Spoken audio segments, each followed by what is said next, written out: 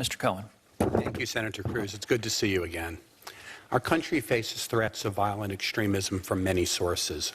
The horrible massacre at the Orlando gay nightclub earlier this month by a gunman pledging allegiance to ISIS is but the latest example. A year ago this month, it was the massacre of black churchgoers at the Charleston's Mother Emanuel Church by a white supremacist. 2 years ago this month, it was the murder of Las Vegas police officers by anti-government zealots who had been at Cliven Bundy's ranch.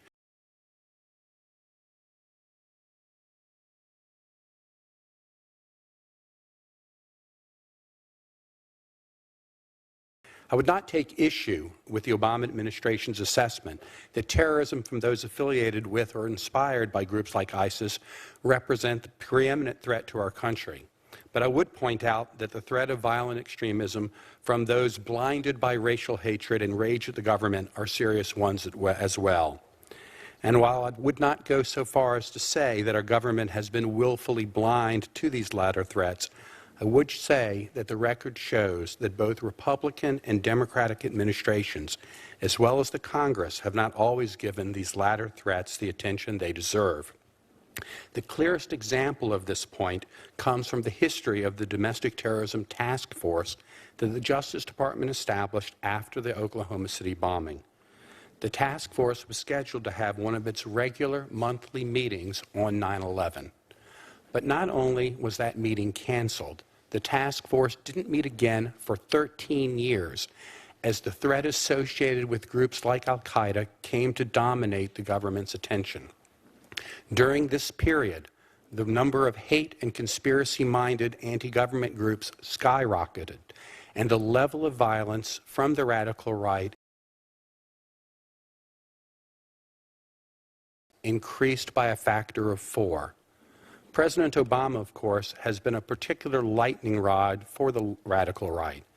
The day after he was elected, Stormfront, the world's leading neo-Nazi website, whose members have committed numerous murders, reported that it was getting 6 times its normal traffic. There are a lot of angry white people looking for answers, the site's publisher, a former Klansman, explained.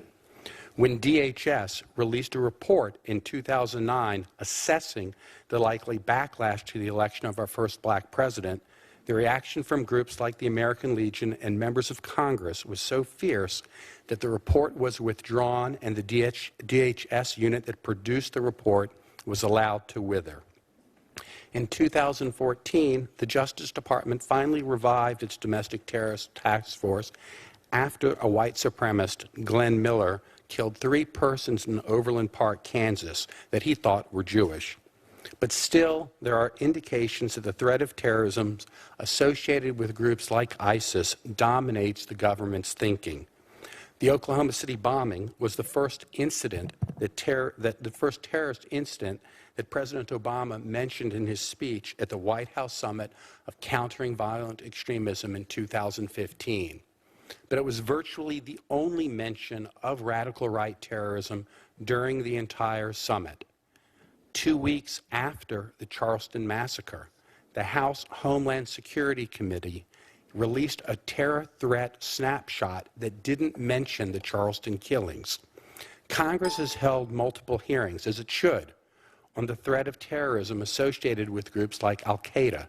But as far as I know, neither the House nor the Senate has held hearings on terrorism directed at law enforcement officials in the West by government zealots such as the Bundys.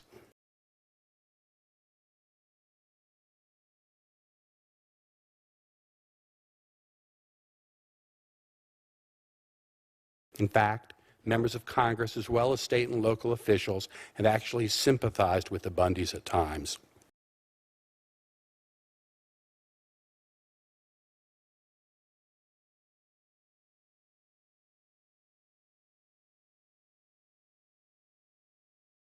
Again, the threat of extremist violence from individuals associated with or inspired by groups like ISIS is deadly serious. But it's not the only threat that we face. Furthermore, as the recent study by Duke University's Triangle Center on Terrorism and Homeland Security concluded, law enforcement's virtual singular focus on the threat of terrorism associated with groups like ISIS and its heavy-handed tactics risk fraying the bond of trust between law enforcement and Muslim communities that is so essential to effective law enforcement. President Bush said it best: we are not at war with Islam. Muslim communities are part of the solution, not part of the problem. Thank you, sir.